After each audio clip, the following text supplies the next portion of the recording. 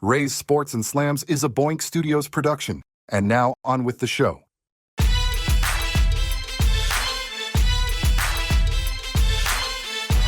Let's go! We're back at it again! Ray's Sports and Slams, brought to you by the great people over at Boink Studios.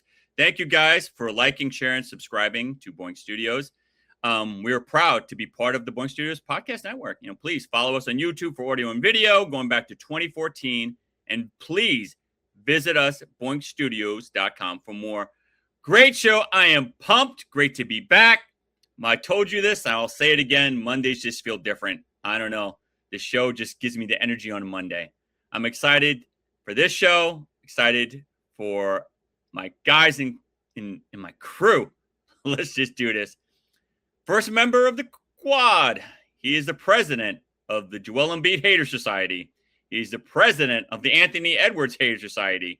He's the president of the Albert Pujols Hater Society. He is the senior vice president of the James Harden Hater Society and the senior vice president of the Wemby Hater Society, Mack Garvin. What is up, sir? America, I wear all those titles proudly. But as usual, I always want to say thank y'all for tuning in to Boink Studios. If you go to our page, you'll see all of our bio information. So you can always inbox me for information content. Shout out to Garvin's Getaways. You take care of all of your travel needs wherever you need. And then a special notification, everybody, I want to share everyone with is my baby girl daughter. Alondra is now, her last name is Best. She is a married woman. She's off the market and they just moved into their home. So plenty of blessings for the new Best family. Amen. And to my girls, you're not allowed to do this. So please don't listen to any of this commentary. You're going to upset me. All right. The next member and the final piece of the puzzle, he's the Nostradamus of the show. He told me to get an umbrella, and I said, why? He said, trust me, and I did, and it started raining. I said, thank you, Nostradamus. Walter Duncan, what's up, sir? Hey, what's good, my guys? America, we're glad to be back in the building. Thank you for your support. Shout out to Boink Studios for everything that you do behind the scenes. We're about to kill it today. Let's get it, fellas. Yeah, let me say hello to the guests. Mr. Chavy Jules saying we're bringing fire. Thank you so much. I appreciate the love. Sir. Thank you. Jeff Peter. Thank you so much. I appreciate the love.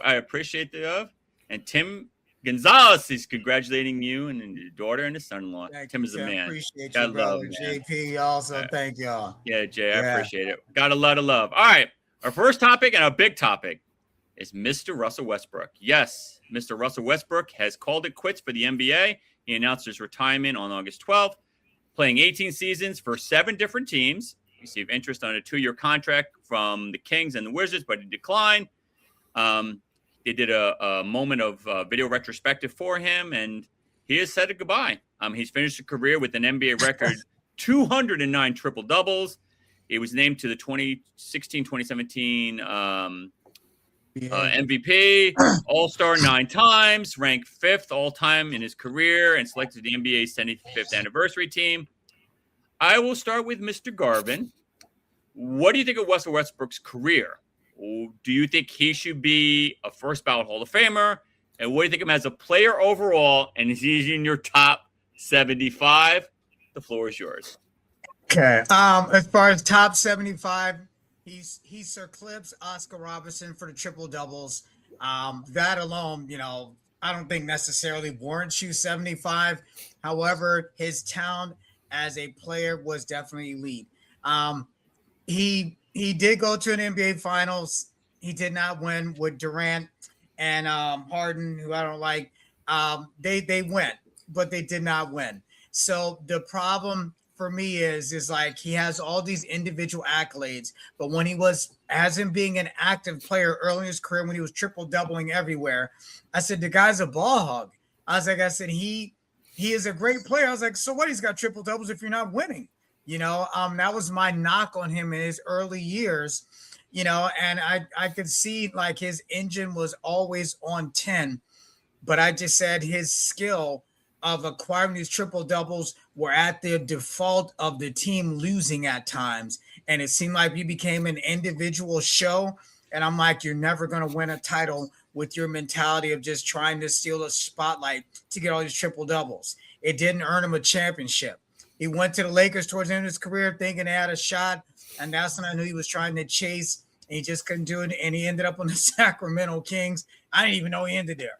17 explains why the mentality of him all of a sudden just trying to chase and was never able to eclipse a title. It's unfortunate he never got a ring.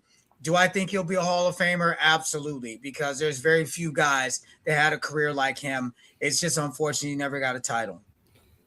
All right, interesting. All right, Walt, talk to him. What do you think? You know, I have to jump on Mack's bandwagon here. I think that he said he said it very, very well. Russell Westbrook. Think about it. The reason he had to be so ball dominant is because James Harden left, Durant left, and he was the only one in OKC trying to manage that team. And that's when we saw him average those triple doubles.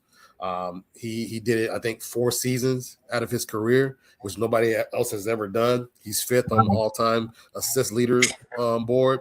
So, yes, he's a shoo-in my estimation. He's a shoo-in first ballot Hall of Famer, hands down, no question. Even without no titles, there's been a lot of great NBA players that have come and gone who did not win a ring. Charles Barkley, Karl Malone, to name a few. Sean Kemp, so there's a lot of players out there who had great careers and just didn't get it done, and they went to different finals and everything. Charles Barkley went to finals against when he was on the Phoenix Suns, Bulls. Right? Yeah. So, so I think that all in all, Westbrook had a great career. I think that we saw him in the latter part of his career really lose, a step and really lose some of the advantage that he had because he had supreme athleticism. You remember he was dunking on everybody's heads when he first came in, and he, like you said, he had an endless motor and he was very intense, so, kudos to him, wishing him the best, but yes, he's going to be in the Hall of Fame. No question. All right. I hope both you went to the gym and I hope your shoulders are strong because it's about to get piggyback time again. I respect his record. I mean, 209 triple doubles, you can't fake that. It's facts is facts. Yeah. Do I consider him a top 75 player? He barely makes a clip. I mean, he would be like 74. He's right at the very edge. Just because, to Mack's point, he has a nickname, and it's Russell Westbrook. Why they call him Russell Westbrook? Because he tosses up a lot of bricks.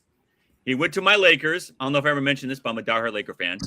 He went to my Laker team and almost buried that team by shooting unnecessary jumpers, unnecessary threes. Last time I checked, your last name was Westbrook, not Curry. Stop shooting threes. You're not a three-point specialist.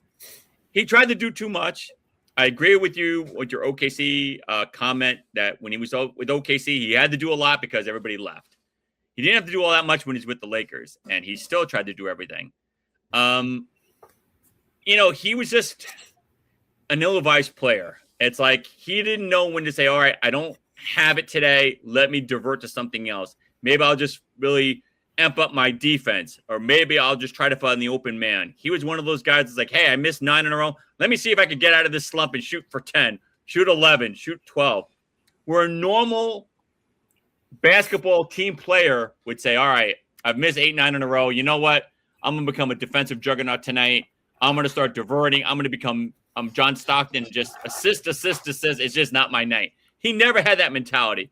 And that's why his stock, in my opinion, plummets because he was never, ever that dude. And it hurts me because he wasn't a talented player. Like I said, I'm not going to deny his 209 triple doubles. It's facts are facts. But Walt, you got to admit, like, the dude had a ball hog mentality, and it bothers me. Yeah, he was ball dominant, like because of his style of play, right? And I think he definitely had to do that, especially when he was in OKC. I understand he didn't have a great shooting percentage from the field, but think about this, guys.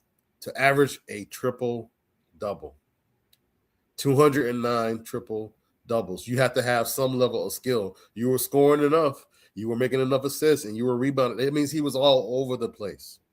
You know what I'm saying? So yes, nobody is the perfect player. Michael Jordan had some very few holes in his game. LeBron had some mental hurdles in his game. You know what I'm saying? And before he took his talents to South Beach, there's no perfect player. So yes, that's the knock on Westbrook. But you can look at any NBA player that's in the top 75 and find something in the game that could have been improved.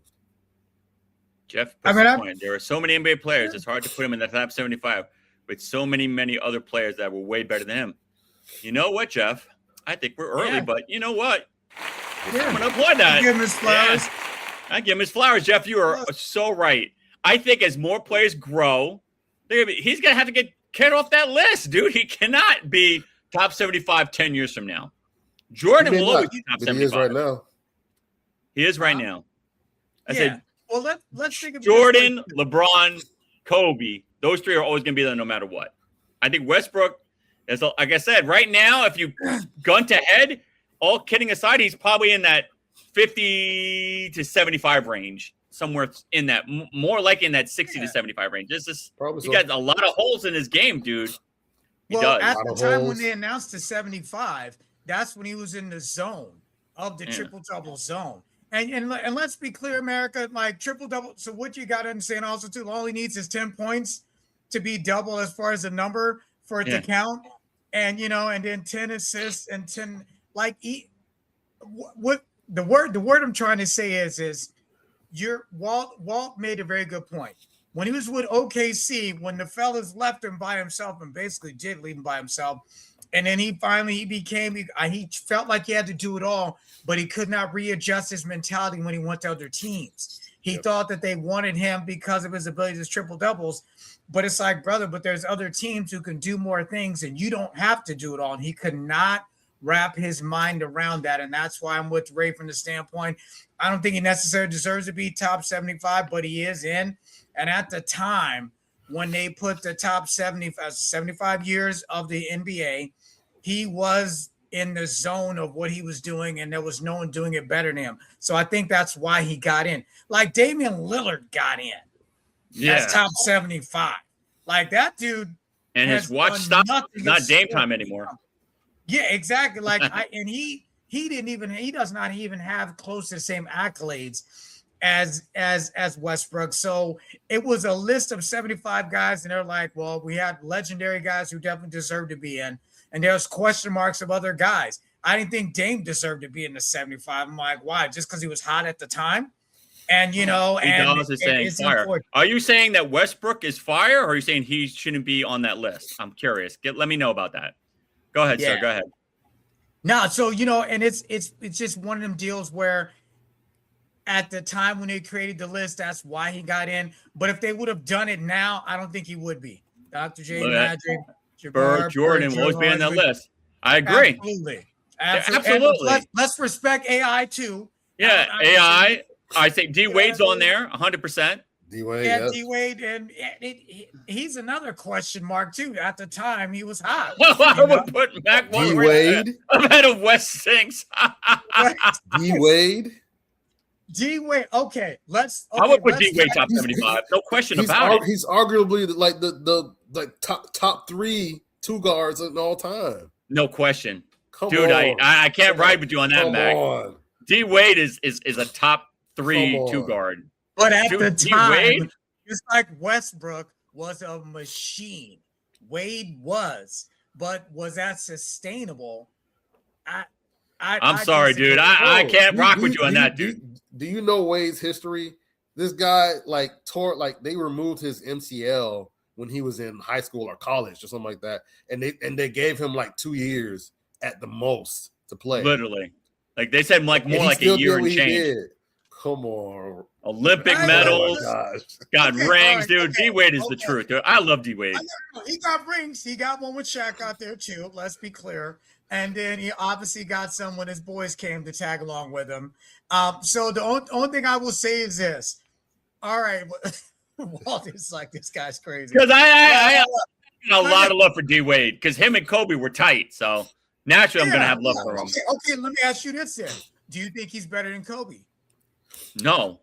I would have. You know who's better than Kobe? There's would one rate person better than Kobe. His name is No and Dabuddy. There you go. No, it's Kobe Michael Jeffrey ahead. Jordan. That's who that Yeah, is. Jordan. All kidding aside, I can see the Jordan thing, but that's where it ends. Okay, Jordan, all right. Kobe. So what you're saying is, Walt, is that you're trying to compare D Wade to the same level as the Mamba, is what you're telling me. You're the basketball guy on the show. He was, bro. If he would have stayed healthy, yes, Dwayne. Oh Wade no! I can't. Elite. Dwayne Wade had elite, supreme talent. Did you see the battles that they had against each other? Yeah. Dwayne Wade was at one point. You could have said he was the best player in the NBA. He won when he won MVP that year. He was. Yes, you could have. Yes, you could have said he was the best player. If he would have stayed healthy, man, we might be having a different conversation about Dwayne Wade. That's okay. I will. I'm not trying to knock on Kobe, so I mean no disrespect, Ray. You know, I Kobe because Kobe is the man, right? Yeah. But if you lie them side by side, you probably will see that they're very similar as far as their numbers. Yeah. I mean, Mr. Duncan data. Won't you pull that up? Wade's better. See, Wade is better. Got a chip as a number one option. You do realize Kobe won a chip by himself too. You know, he won two by himself. Yeah, what are you talking about? By himself. Oh my God, I gotta stop hearing this Pau argument. Pau Gasol, really? Yes. Pau Gasol is Pau Gasol top 75? I'm not saying that. He's top 175, maybe. That team. I put John Morant over Westbrook, so would I. Guns and all, yes, I would. Yeah, guns and all. Ow. Yes. No. Yes, it would. Guns and all. Oh, wait a minute. But he's correct. Yes, Kobe's a great player and better than Westbrook and Wade. But he's okay. I said Jordan's the greatest, but Kobe's too. Okay. All right, we're switching gears. We'll talk about the Dodgers, and there's a chip in the armor. We talked about this last week, and now there is. Edwin Díaz is playing like fresh boo-boo. He has logged a 2-2 record, an ERA of almost 7, 6.3, 12 strikeouts, 5 stays while working through a vital stretch. They're in trouble.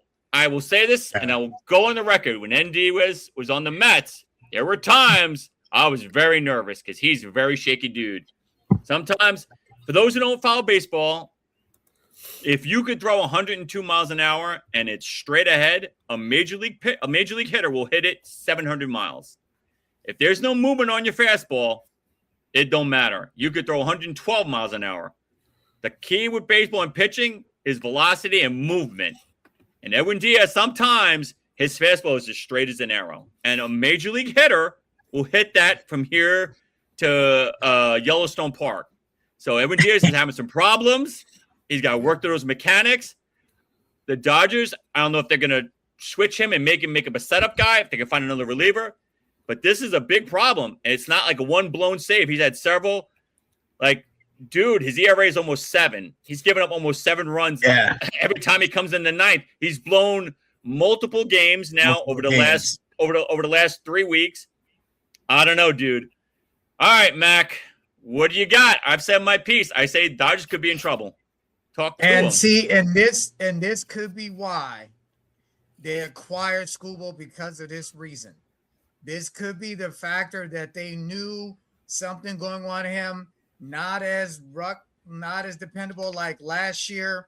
Maybe the money. I mean, the 3 year, $69 mil contract. Maybe that's got something to do with it. I mean, you're right, an ERA of 10.50. I mean, like it's bad right now. It's raining. I mean, an ERA over 4 is bad. This dude's ERA is almost 7. 7, yeah. And that's I bad, guess, bro. Oh, it is. Well, the problem is it's a mental thing with him now.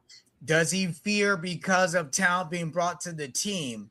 Mentally in his brain, you guys got Scooble and you brought him over to replace me in the lineup, maybe. Well, let me see what I can do.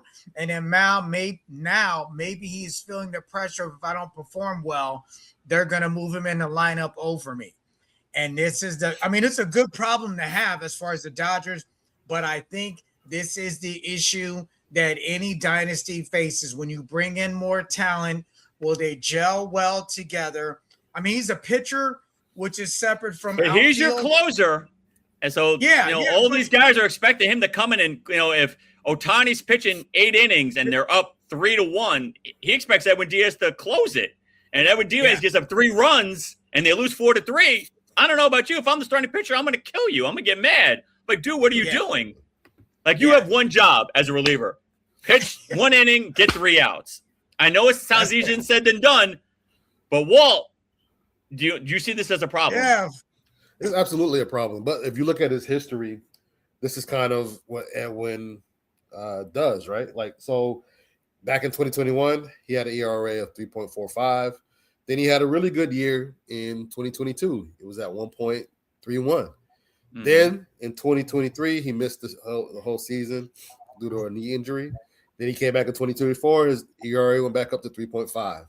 Then it went back down again to 1.63. And then now it's up substantially, right? So this is kind of what he does, guys. Like, this is who Edwin is. I think it's mental for him. He obviously has good stuff. Obviously, he's been played better than this, and I think he needs to get it together, right? Maybe he needs to go on a little sabbatical. He needs to go to wherever Aaron Rodgers went, to that retreat, ayahuasca right? or whatever.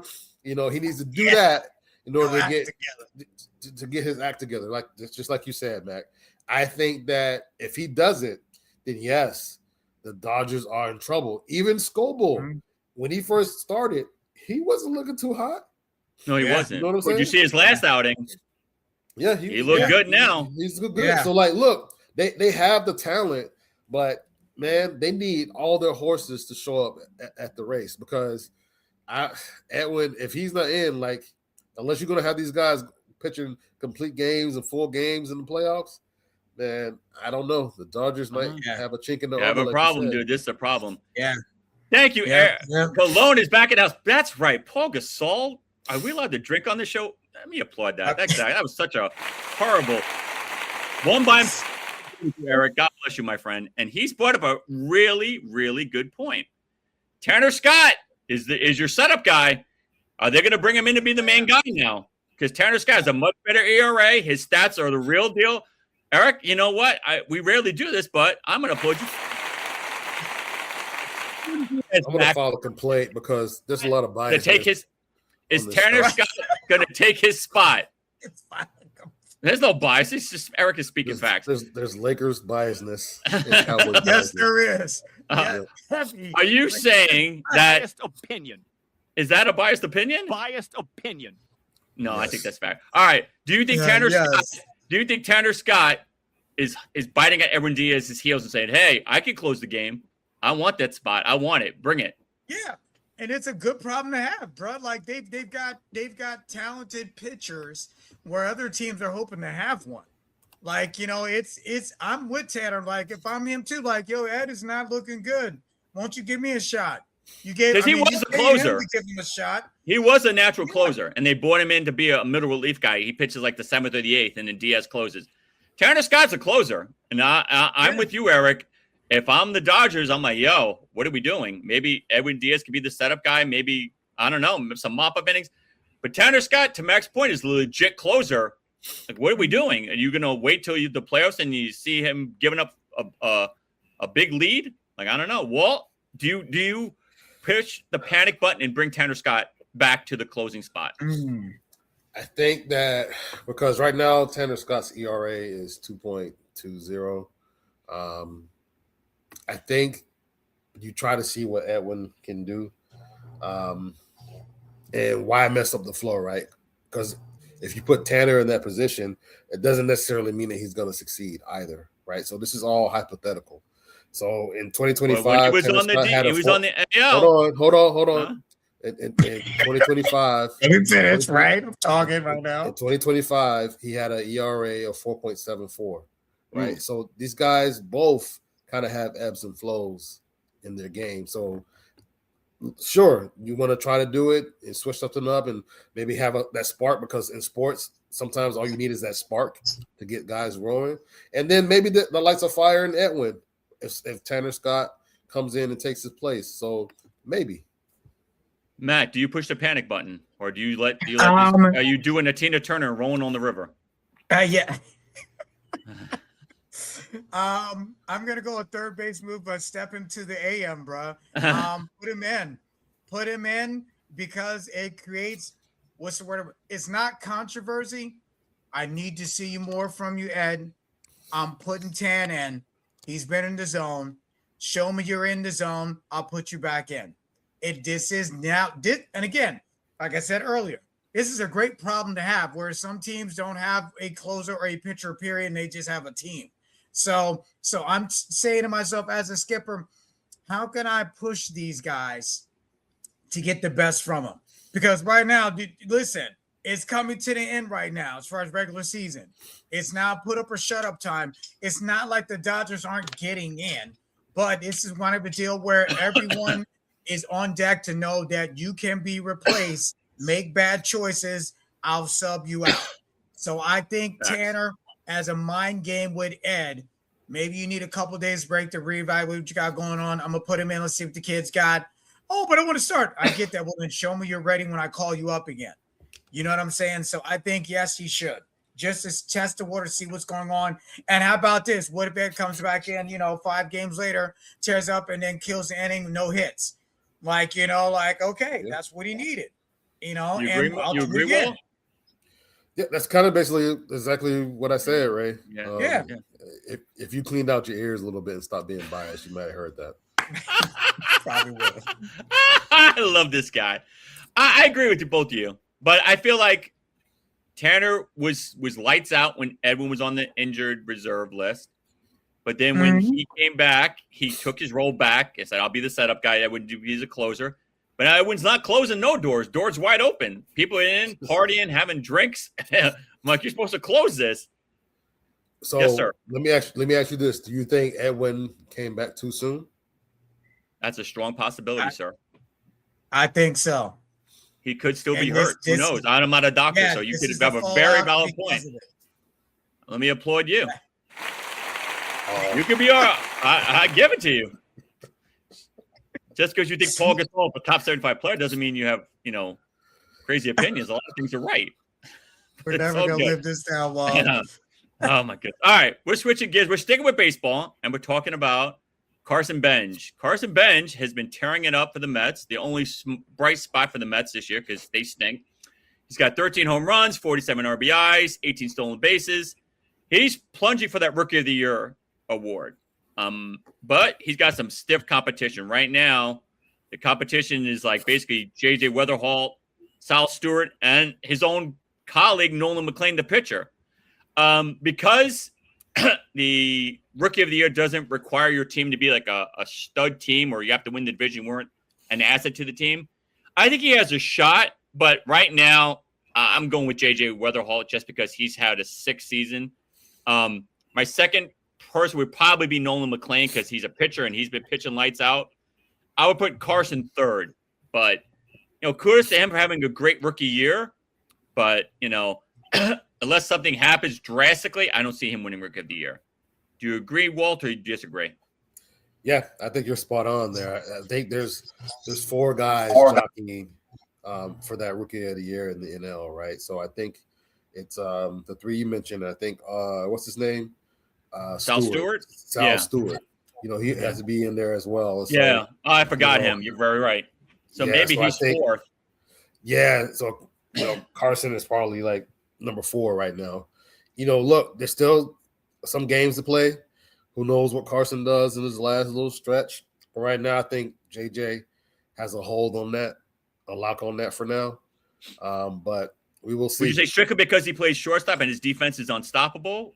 Because Carson's a good outfielder, but he's not going to get all the hype that an infielder plays. Because shortstop, you're getting balls hit you constantly, and he's making some plays. I agree with you 100%. Yes. It's a different position. You're going to get more action at shortstop. Way more. And he's got a cannon. Like JJ's the truth. I have to agree. Mack, is there any shot? Are you going with JJ? Or are you going with Sal? All right, I'm going another route. How about Kevin McGonigal? How about Kevin McGonigal with the Tigers? Well, that's American League. We're talking about National League. Well, okay, all right. only talking national then? Okay, Yes. I'm just making sure. Okay, all right. Well, if we're just sticking with one league versus overall, okay, all right. So I'm gonna go Weatherall. Just from the standpoint of like right now, he's the leader on base percentage among the rookies at this point. So like at this point, that's where I would swing. It's going to be a tight race regardless. It's just there's so much talent now that we're seeing in the league again, and it's amazing to see these rookies really making an impact. Now let's keep in mind some of these guys were called up from double and triple to make it to the leagues besides drafted guys to the league. Let's be clear. So the point I will say is this: is that it's a competition, and it's healthy to see it. And I'm going Weatherall. That's my answer. Okay. And were you bandwagon with Walt because of the position? Because he plays shortstop and he gets more action, or because the Cardinals are obviously a better team this year than the Mets? I mean, that it's facts are facts, or is it all the above? Well, I mean, it's the Cardinals. I mean, I've gone over this topic before, America. There's a lot of teams in the league.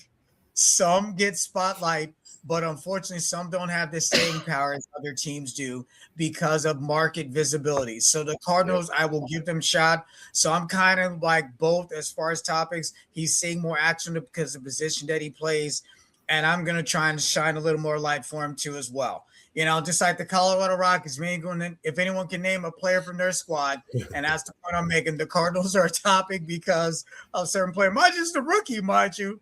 No one else veteran-wise on the team's doing well. But JJ's he's good. He's really good. Yes. Don't get me wrong. I'm just saying, like, we've had this discussion before about the disparity of baseball as far as their league and the issues that they're facing. So because I'm riding with Walt because of those two things, he's in the candidacy and the position that he plays gets more shine. So you're saying agree with Walt? You think JJ just because of the position and the team, all the above? Yes, it's all the above, Ray. Yeah, okay. All the above. So the three of us all consent. It's JJ's title to lose, basically. All right, I agree. All right, we're switching to boxing, and Mack, I hope you're ready to talk some boxing. We're talking Clarissa Shields. Make sure you go to the gym and work out because this is gonna be waiting on you heavily. She defeated Kay Scott 6-round TKO to reclaim the WBC and WBA title, middleweight championship. She is 19-0. She dropped down 3 weight classes from heavyweight to return to middleweight, which is incredible. Mm-hmm. Mad credit. I'm disappointed that Ray J was on the same card. I think this is insane. I don't understand why. I don't understand. I have no words. What's next for her? They're saying, and I don't know these women, so Mack, again, I hope you're ready. Gotcha. Laura Price and Tamara Thibodeau are the 2 top contenders for her. Does she take one of these fights? Does she go back to heavyweight? What happens, dude? Again, this is your world. I am just in it. Go ahead, sir. All right. So let's be 100% clear. I'm gonna draw some comparisons for Clarissa. And first and foremost, much respect to her. There's only been a handful of athletes that have tried to go on from and drop weight class, like move up. She was heavyweight and then drop down to middle light and raise right. Almost 4 weight classes to go meet this lady. The tall tale of the story is this. Unfortunately, female boxing is kind of the same circumstance like a WNBA in the beginning. The top tier of talent is not as diverse as it is in male boxing. So the issue became, who do we have as a spotlight as far as the talent goes, in female boxing to compare this lady against? So the concern is this. The reason why Clarissa did what she did is because she's facing the same circumstance that Roy Jones did way back in his prime. He was the best pound for pound in his weight class. There was not real top tier talent, and he was beating everyone to a pulp and just said, there's no one left here. It's worth competition that's going to draw boxing numbers for people to watch. He was a self-promoter. He talked the talk and walked the walk and beat anyone in front of him. Then he moved up in weight class and to the next weight class and just beating everyone. And he had to go when he moved to, I think, light heavyweight. Then he went back down to middle again to face somebody. And then, he won, but he talked about how hard it took a toll on him. And then Tony Tarver came along and then caught him, and he moved back up to a higher weight class. And then Tarver beat him twice. But at that point, Ray's heyday of skill was pretty much a wrap. And then he faded into obscurity. Clarissa is facing the same dilemma. The women's boxing circuit, unfortunately, does not have enough big names to sustain, to draw the eyeballs like the sport wants. She is a spokesperson for the sport. She is undefeated for a reason. They have tried to come at her by saying, trying to test her for positive for PEDs. She has never failed any drug test that's been sanctioned. And it's just unfortunate that she had this fight, but she had to go back down in weight class, a title that she vacated to move up to see some competition. None really in the heavyweight. And so she was like, the noise is down there. I got to go back down. And she did, and she won. So kudos to her. As far as her next fight is concerned, I think Price would be the next closest talent. But it's a sport that she's the top dog. And there's no one that's beating her. And that's why her team encouraged her to go down the weight, because this young lady was the closest competition. Facts. Walt, talk to me.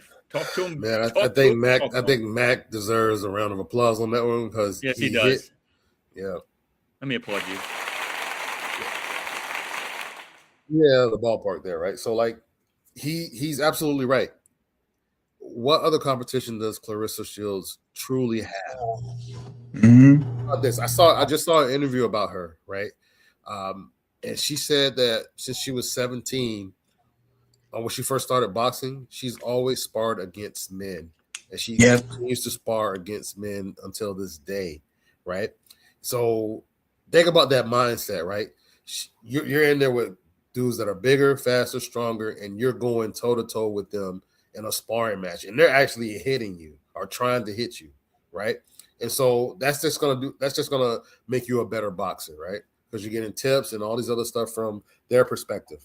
So I don't know who can truly challenge her. I don't know what fight you would take. Like maybe you go against Katie Taylor again, or I don't know if she can go against what's the Gabriela Fondora. Fondora.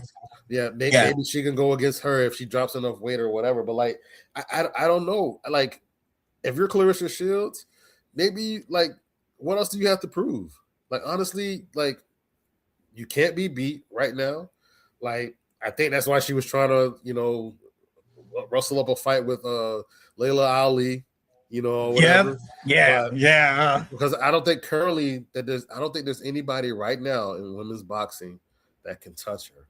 So yeah, maybe she'll fight Price, but I think it's going to be another same result, man.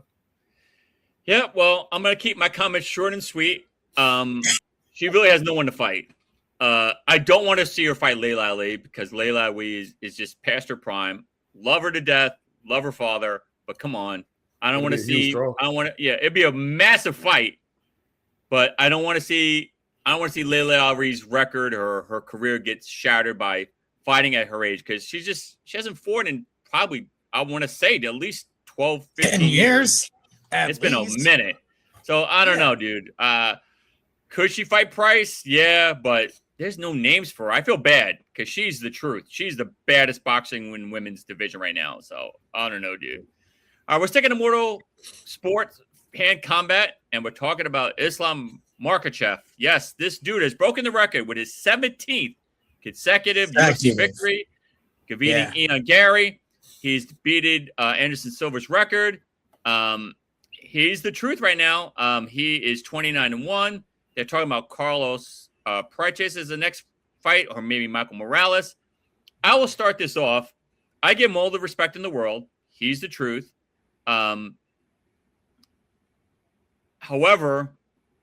the competition you have fought is nothing like Anderson Silva's fought.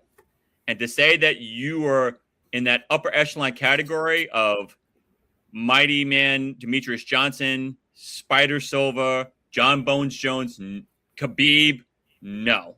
You've got your record, and no one can take it from you. But it's a lot harder to beat some of the fighters John Bones Jones had to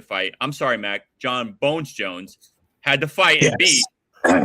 than Markachev. And he's beaten some great fighters, but the caliber of talent is not the same now. UFC's dropped a lot. I don't know what's going on, but maybe it's Dana White's not paying them properly, but there's no huge names anymore. I mean, you got to dig Conor McGregor out of obscurity to get some ratings. Like, you've lost a lot of draws. So I'm not boo-booing on his record, Walt, but do I put him in that upper echelon of UFC Hall of Famers? Like I said, like Demetrius Johnson, like Anderson Silva, like a John Jones? No. What you got, my friend? I can definitely see your point, right? I think it is something that is a valid argument. The guy is still 29-1. So, you still had to go in there and compete. You still had to go in there and defend and win those fights. So he's been dominant against these group of fighters.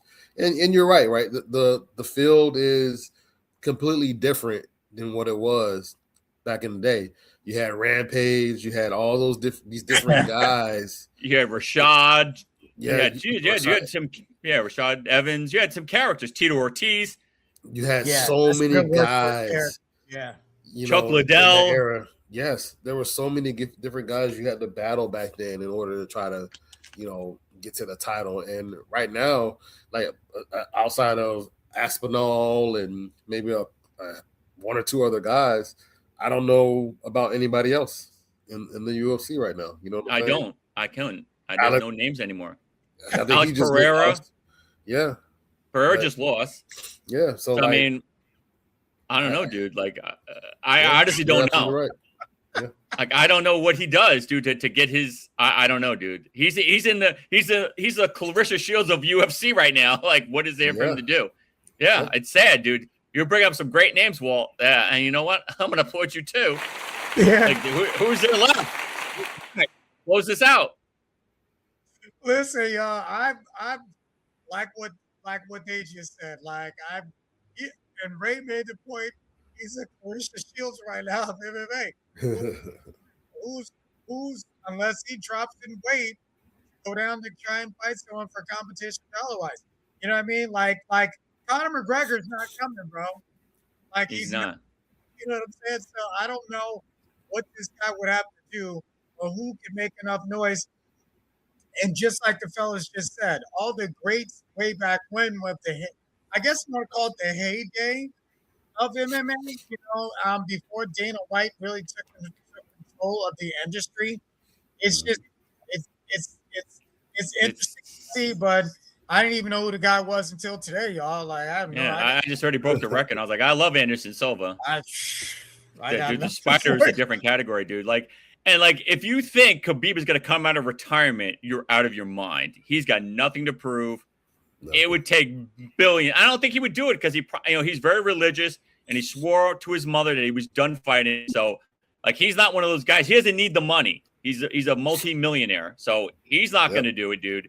So for you to even think that or bring his name up, dude, I'm telling you, he's one of those dudes, dude. Like, he put his foot down. He's like, my mom told me to stop fighting. I'm done. I respect his faith. I respect his decision. So, dude, there's no names. Like, are you gonna go up to heavyweight and fight Cyril Gane and get the living breaks beat out of you? I'm like, why? Dude, there's nothing left for him to do. There's this, it's a wrap, dude. All right, let's go to some hoop.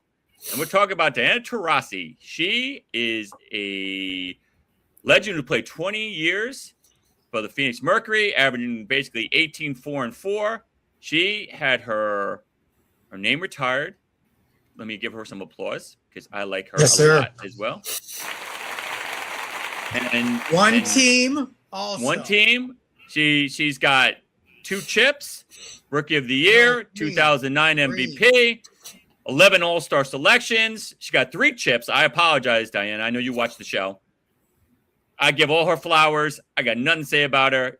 Her and Kobe were tight. So in my book, Mack, talk to him. Listen, America. We have meetings before we get to hit to the show, and I just want to give y'all some more Max facts. She got 3 chips, won 2 MVPs, 20-year career, 20 years. She made Houston a franchise and made them what they are. I mean, I'll give you all some dimes and some stuff to think about. I'll give you some dates to throw in too because I'm loaded for today. I was ready for this topic. So on August the 10th in 06, she dropped 47 points against Houston, balling early in her career. On June 18th of 2017, became the all-time leading scorer for the league of the WNBA. On the 3rd in 2023, became the first and only player at this point to hit 10,000 points for their league. And one last fact I'll throw in that Ray is definitely will agree with. The Mamba, after her 10K point effort in 23, she walked up to him and said, "I'm the White Mamba." And he said, "You are. You absolutely are." This lady was walking buckets before it was a term. Kudos and much respect to her as a player.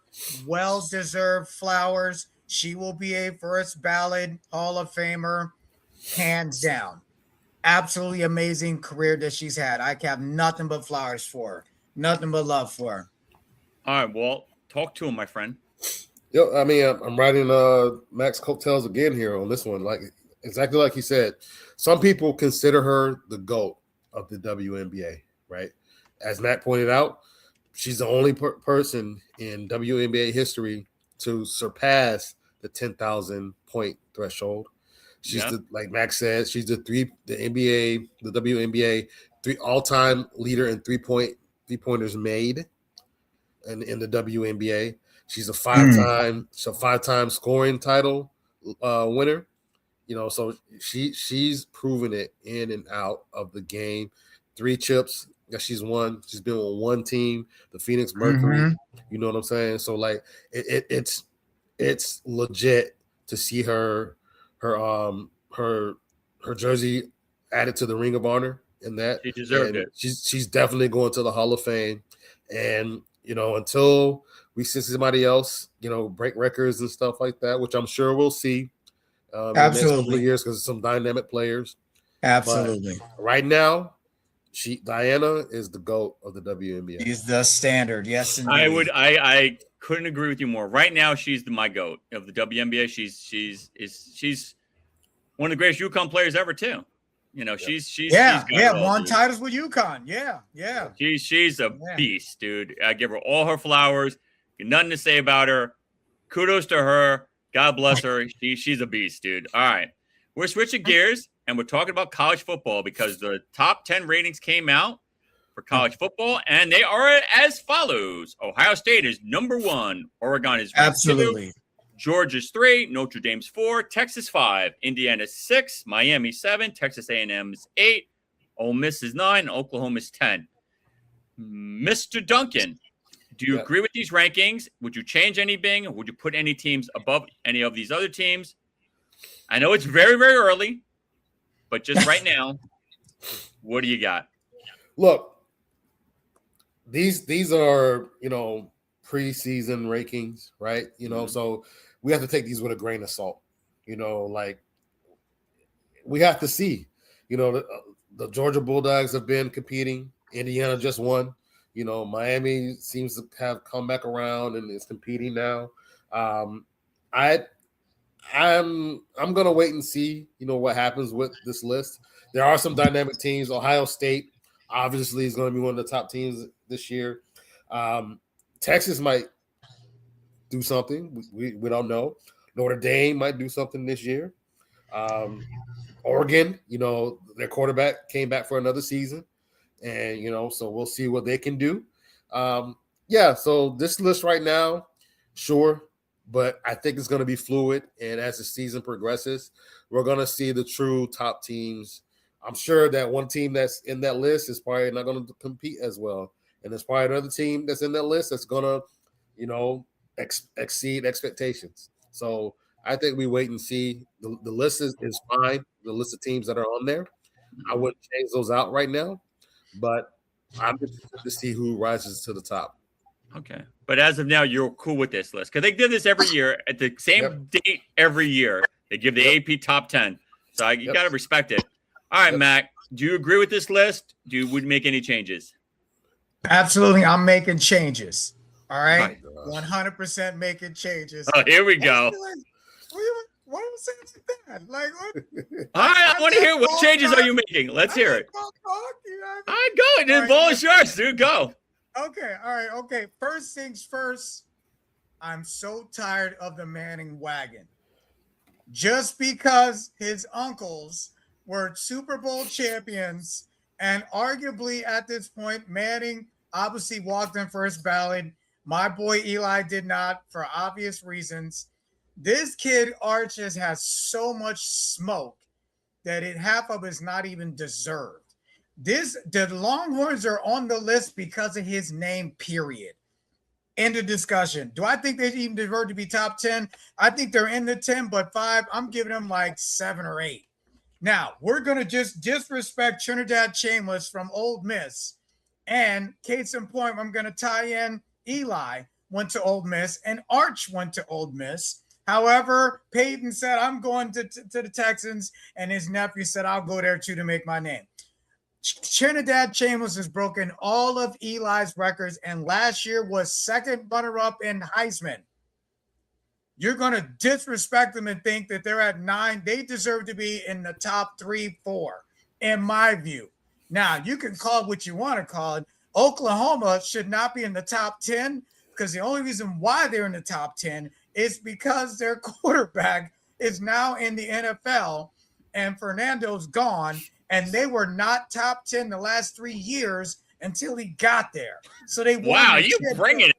I gotta give him his credit, like, dude. bro, like Oklahoma is only in there because they're top because they won the chip this past year, but they're 10 because everyone knows. Indiana Yeah. won. Indiana won. Indiana? Yeah.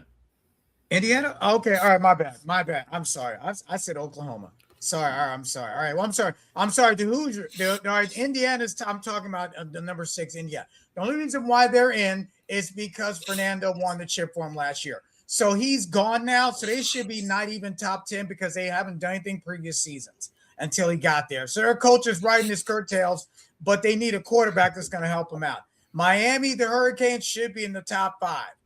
And like I said before, the Longhorns should be like 9. I'm moving Ole Miss up to like 2. Ohio is Ohio. Georgia is Georgia. They should be 1 and 2. Oregon, let's see what happens. But I'm just shuffling some stuff around here because some teams shouldn't even be in the 10 in my personal view. It's unfortunate. Like, I can't wait to see Texas play this year. I cannot wait to see Arch fall on his behind because he succumbed to the hype machine of Manningness. And so when he crunches, we'll see what happens if he handles the pressure. We'll see what happens. They're putting it all on him, and it's unfortunate. But your quarterback is what makes the decisions matter. And he's just had hype behind his name since he was a newborn in the crib. Like, you know what I mean? So I'm all right. I feel you, dude. All right. I agree with both of you. I definitely jumping on Mack's shoulders with the Manning. Dude, he's riding on his dad's coattails. He hadn't done nothing. I don't think Texas should be no, not his dad. His uncles. Uncle, his whatever. Dad. Uncle, dad, cousin, his best friend. The Texas should not be in the top 10. Ohio State. Yeah, I think they shouldn't. Ohio State's Ohio State. Georgia's Georgia. Put some respect on Miami. Miami should be in the top 5.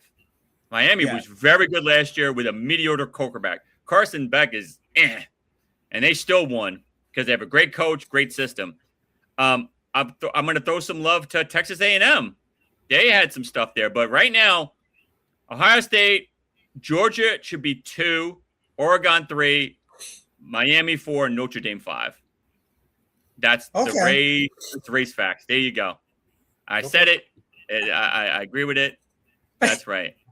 Yeah, you got Ole Miss at 10, bro. Like, what is wrong with you? That's it. Do I have Ole Miss at 10? No.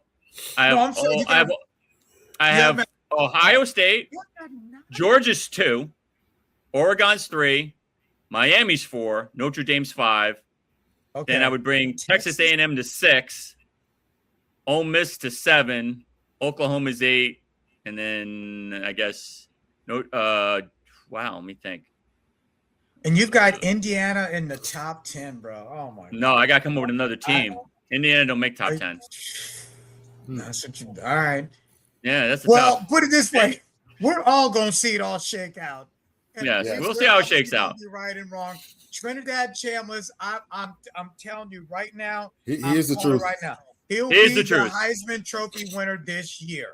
He really? will elevate that franchise. He's coming to the NFL. You want to put it down? You want to put a puck on that? Absolutely, brother. He's going to win. Walt, you agree or disagree? I think that somebody else is going to win the Heisman this year. All right, we got a pie bet. I'll be shaking hands on the pie. I'm all in for it. Listen. All right, the two of you got a pie on it. I'm staying out of this one. I think repeat us. No, Ray, you got to jump in. You can't say it. All right, you know what? I'm going with Walt. I think you're crazy. He's not going to win the Heisman. There's gonna be someone that's gonna come out and just blow it up this year. I think. Look, I think you. He is the truth. He is the truth, and I think that he's going to be one of the leading candidates for the Heisman. 100%. I just think that the pundits and everyone else want to push Arch to the front, right? So if he even has any success at all with Texas, I think that's going to give him the edge because people want to see him win. All right. Yeah, you're right, man. Let's switch gears, and we have a new topic, and I hope you guys are ready. Let's talk about them boys. Let's talk about them boys. That's right. We are getting into it. The Cowboys won their first preseason game 17-7 behind the great play of Mr. Get ready, boys.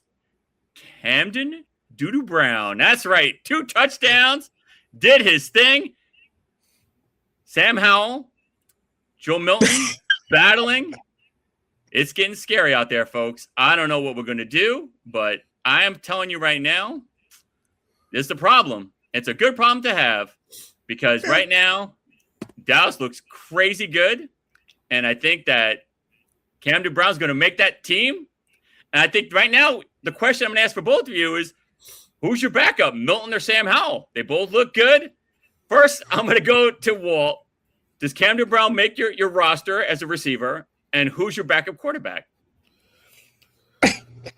I know I'm excited about this topic too. I know. So look, I think that Camden Brown will make the roster, whether that's on the practice squad or the 53 team. I don't know. I'm not sure. I think he's somewhere in there, right? But I do think he makes it in because he definitely has some talent that we're seeing, right?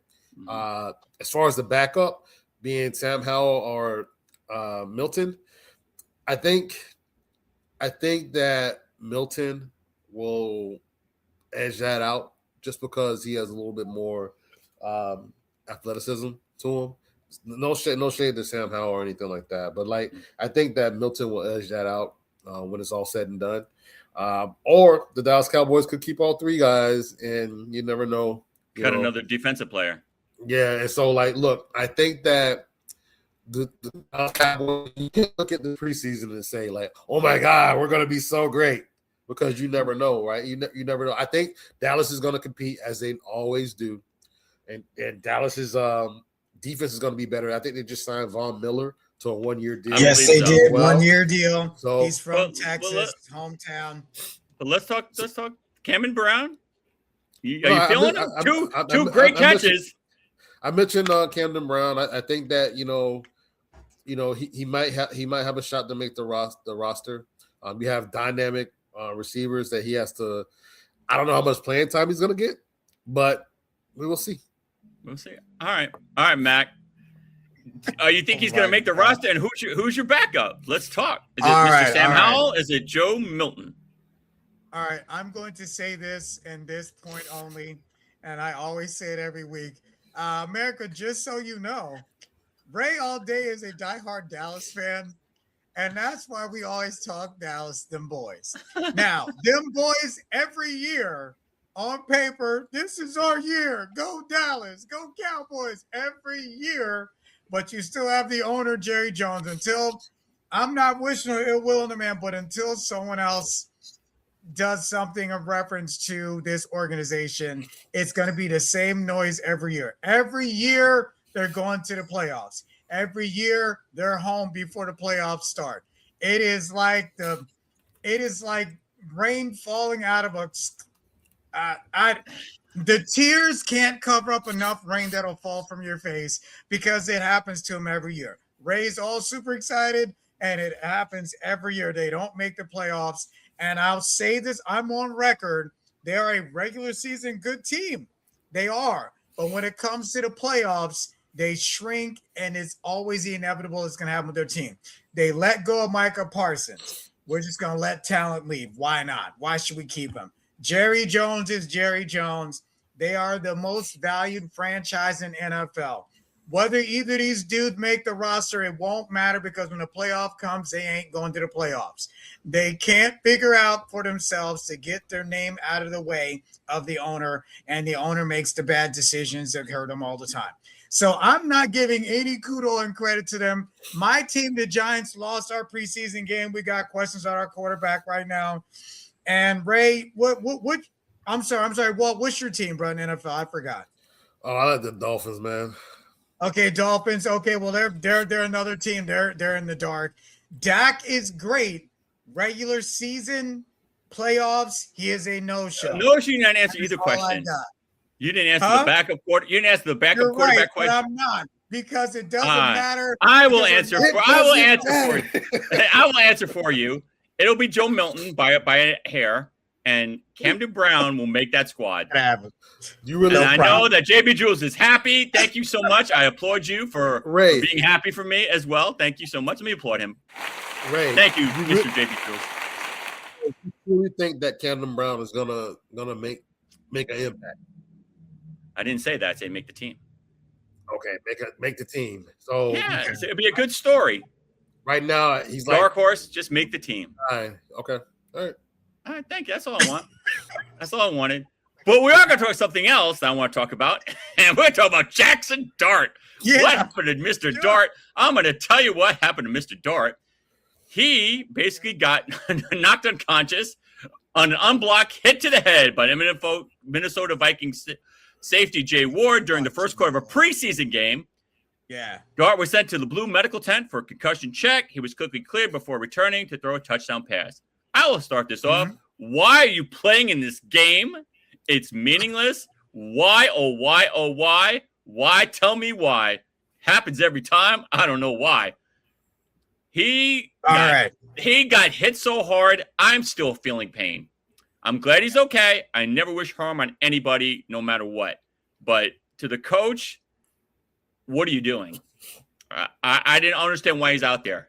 I know you got to get some reps in, dude, but first game, maybe the third game of the preseason, you want to get some fourth quarter reps in or something, but dude, he got mollywopped.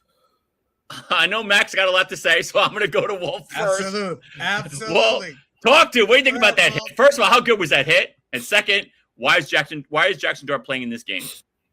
Look, Jackson Dart is playing because that's what the coaches decided to do, right? And we saw a lot of starters on multiple teams throughout the preseason. This first week of games, we saw them play their starting guys for a few series, right? It's unfortunate that Jackson Dart got popped the way he did, because that was like he got hit by like a freight truck, with that hit. You know what I'm saying? So like, I'm scared for Jackson because it seems like he's attracted to those types of hits so far early in his career. And I don't want that for that young man because he is talented. You know what I'm saying? He's a running quarterback as well. And so I think, he has to do better. His protection has to do better because I don't want to see that young man out there and get injured because somebody didn't block. You know what I'm saying? Or somebody didn't do what they were supposed to do, or whatever to protect that young man as the leader of that franchise, the face of that franchise now. That's why they drafted him. You know what I'm saying? And so I'm hoping that a better job is done to protect him from hits like that. And hopefully that he gains some awareness of his surroundings so he can like just drop and, or brace himself when he drop, open up shop. Maybe he needs Maybe he needs to get with Tua because Tua took a karate class or something. Yeah, Right? yeah. All right. Right. Before I go to Mac, we do have audio of Jackson Dart taking the hit. There you go. Just wanted to show you what it sounded like. One more time, folks. That's audio of the hit. Mac, what do you got on Jackson Dart? All right. No problem at all. Now, America, the New York Giants are my team. Unlike Raymond over here, is a diehard Dallas delusional fan. But what I will say is this. Here's the story of what happened. Of course, I've been hearing all the other sports outlets talk about it too. I wanted to hear it firsthand. So here's the deal. It was within the first 4 or 5 series of the game. Our Harbaugh, the coach, made a decision saying, let me see what this kid can do, because he's a new coach, new system, and they're trying to figure out what we can do with this guy. Now, of course, Harbaugh knows all the details in reference to him last season. He'd be a fool not to know what he's got in this quarterback. So you're right. It looks like he got blindsided. That means someone did miss the block and pass protection to help this kid. He took a sack, and unfortunately, he went down on the ground. It seemed like he was hurt.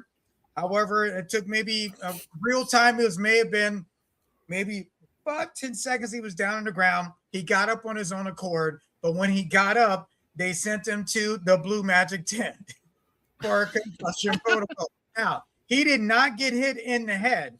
It was a legal hit. Oh, yes. Someone missed a blocking assignment on our team on offensive line, who we need to have a discussion with and say, why was this guy wide open, and just blasted him. Now, Jackson Dart went in the tent. Of course, he comes back out. Of course, he didn't play anymore after that, and then preseason went on.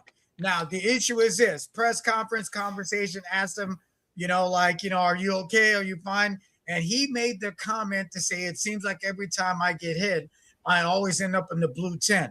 I mean, I understand it's football, but it seems like every time I take a hit, I seem to end up in the tent.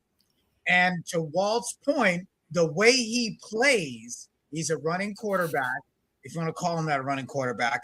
But the way he plays, he likes to attract the hits, is what it seems like. This past season, he's trying to dive versus, scoot in and ski for the first down. They're trying to teach him how to slide the right way. And he finally got better towards the end of the season. Now, the issue is going to be this. He needs to understand when you get hit like that. Now, if he would have popped right up, went back to the huddle, different. But the way he got hit, and he was on the ground for more than 5 seconds, which caused concern when he finally did get up. Is the boy dazed and confused or not? So that's what it took him to the tent. It's to protect him from himself.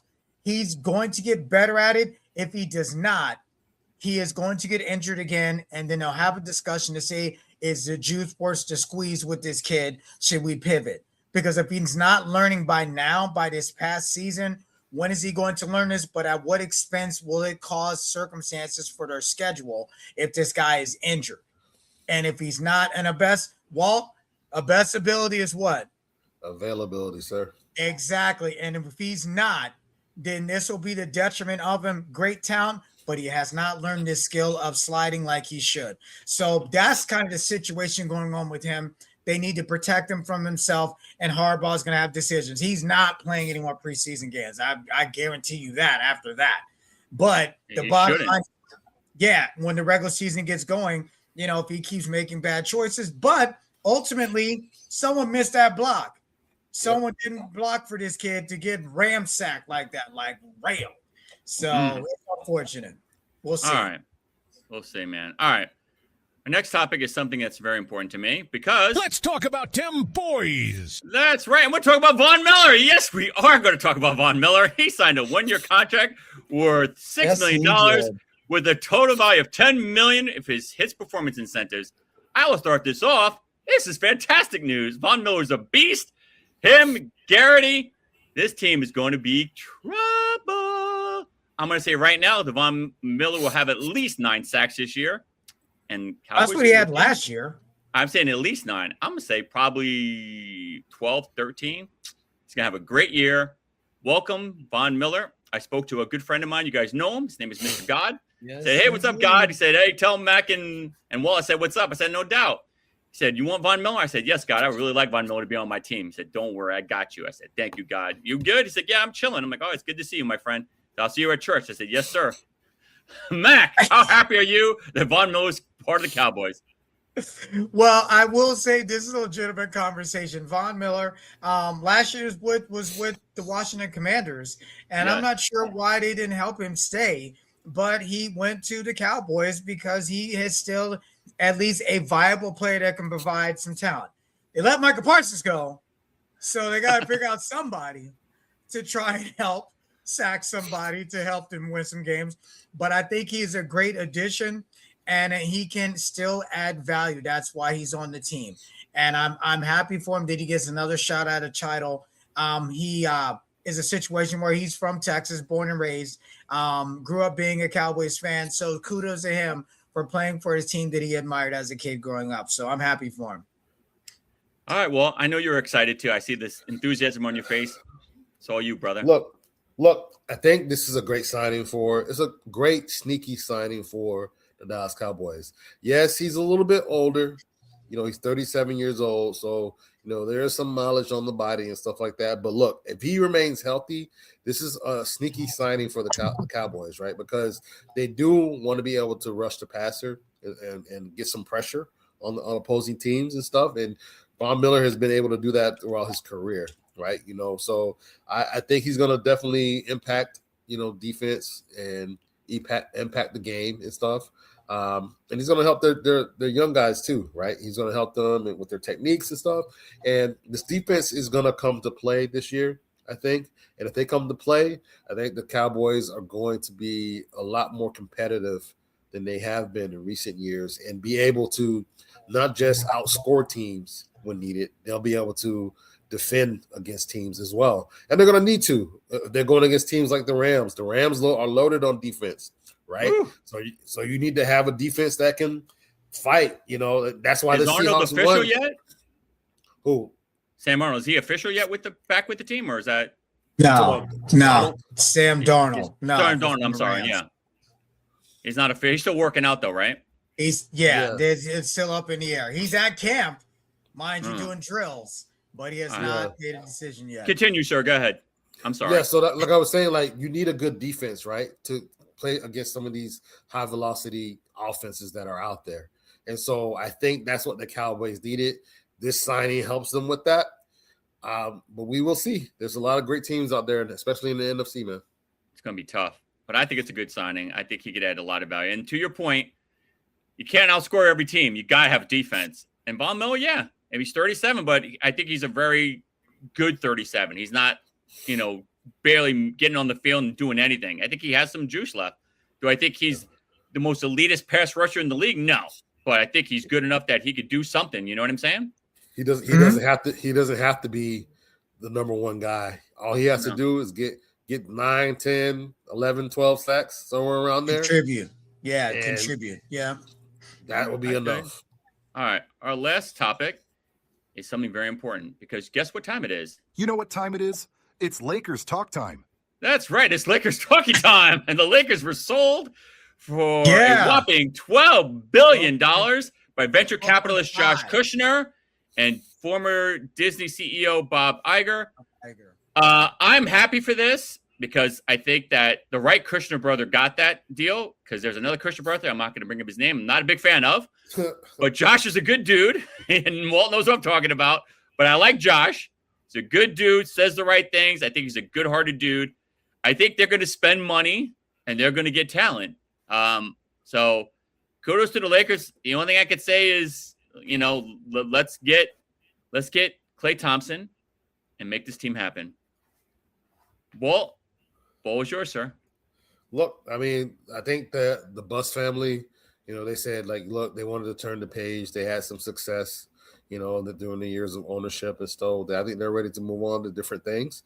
So I think this new regime is going to come in and try to build a team in their image and what they deem necessary to win. Look, I'm sure they want to attract, winning back to the Lakers and the stuff. They have a good core right now. And so maybe they're, like you said, Ray, maybe they will be willing to pay some of the luxury tax in order to attract some of those high-end free agents to come, and those big name players to come so that the Lakers could succeed, right? I think that, we have to wait and see if that is their philosophy. We have no idea. They could be penny pitchers and be like, you know what? We're going to be the Miami Marlins of the NBA now. We want to have the smallest payroll. So you never know. But I think, look, jokes aside, I think these guys are going to want to win.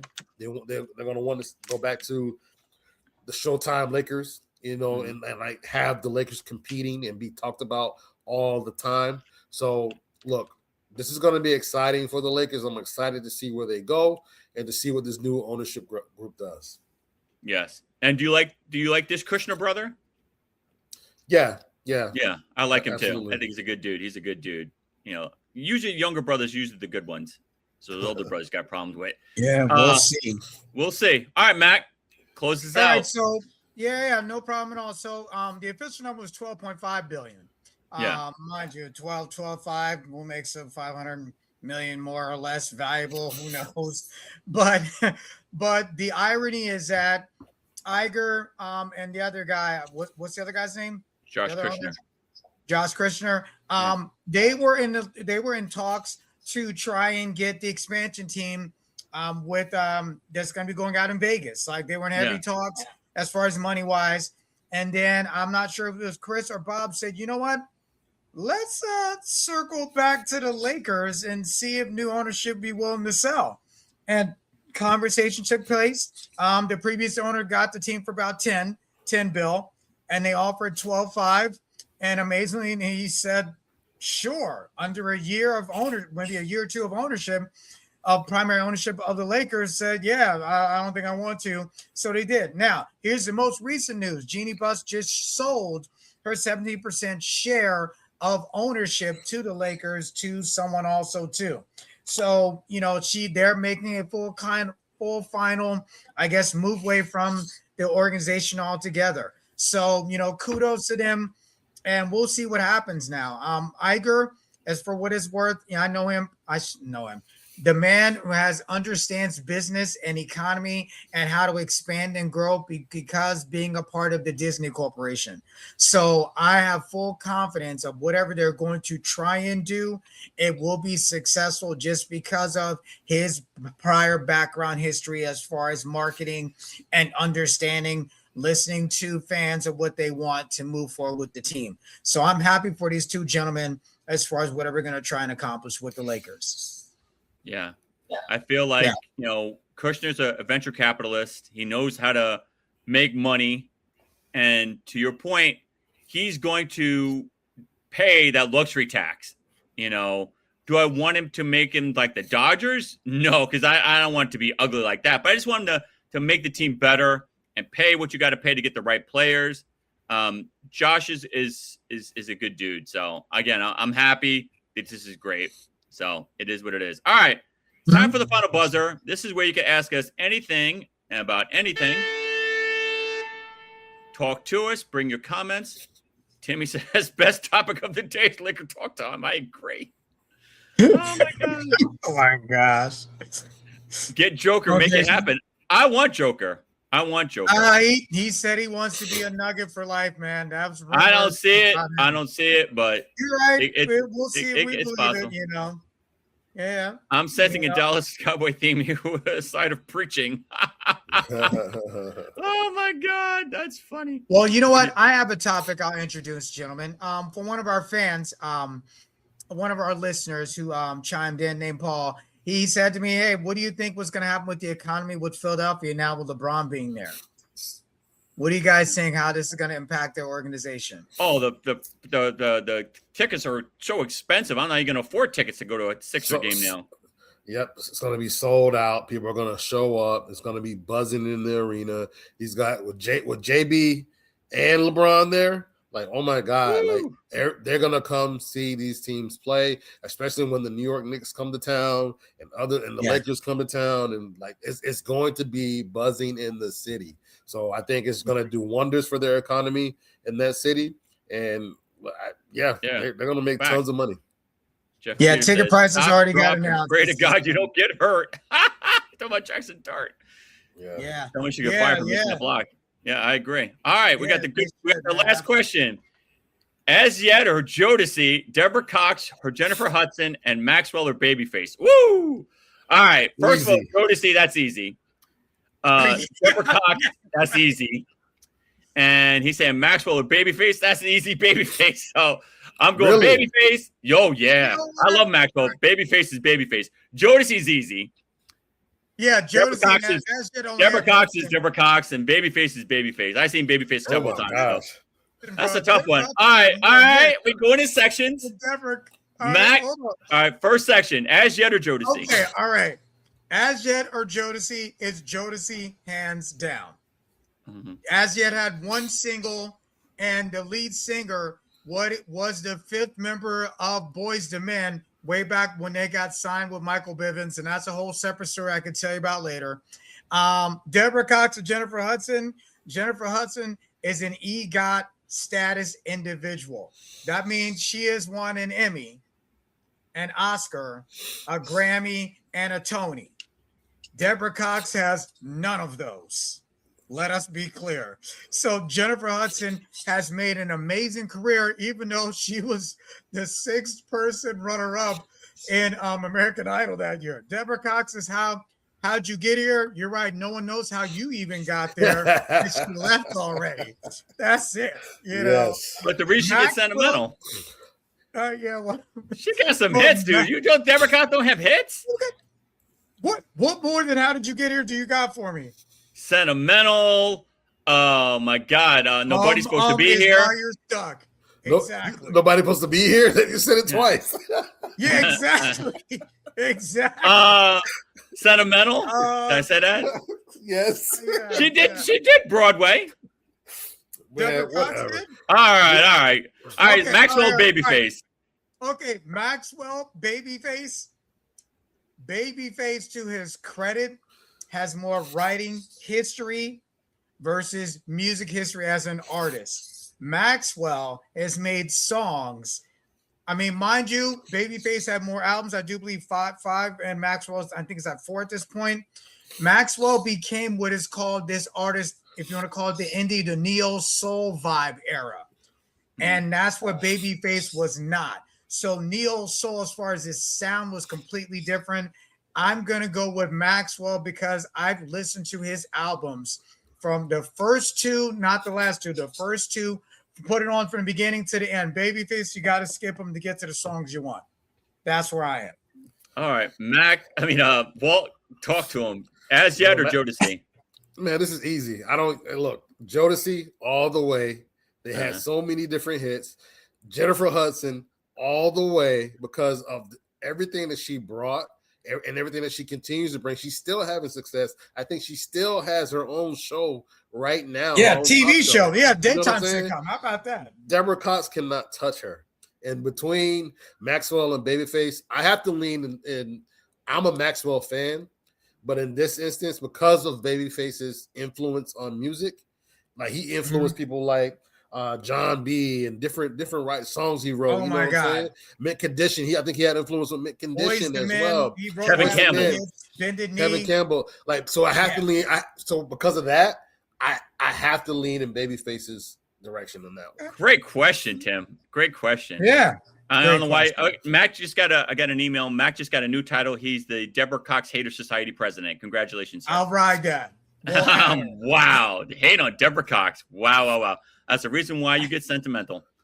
All right. Well, that is it for the show. I want to thank everybody for watching. We are not going to be back next week because Ray All Day is going on a little vacation, but we will be here on September 3rd, which is a Thursday. Correct me if I'm wrong. 6 o'clock, same bad time, but it'll be June 3rd, but we will send out, I should be September 3rd. I can't get my month right. September 3rd, Thursday. I will send out information. You guys don't worry. We'll do best of next week, but we will be back on the 3rd on September. Mac. Yes. Do you remember? Sure. No problem at all. I'm the 21st of September. Yeah.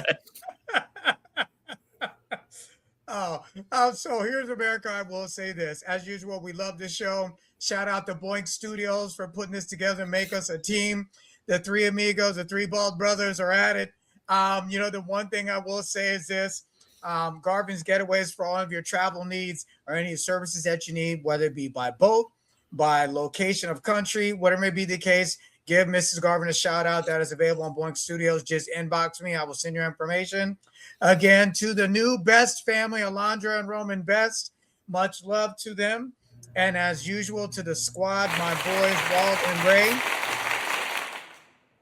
Much love for everyone. Peace. All right. Walt, talk to him, my friend.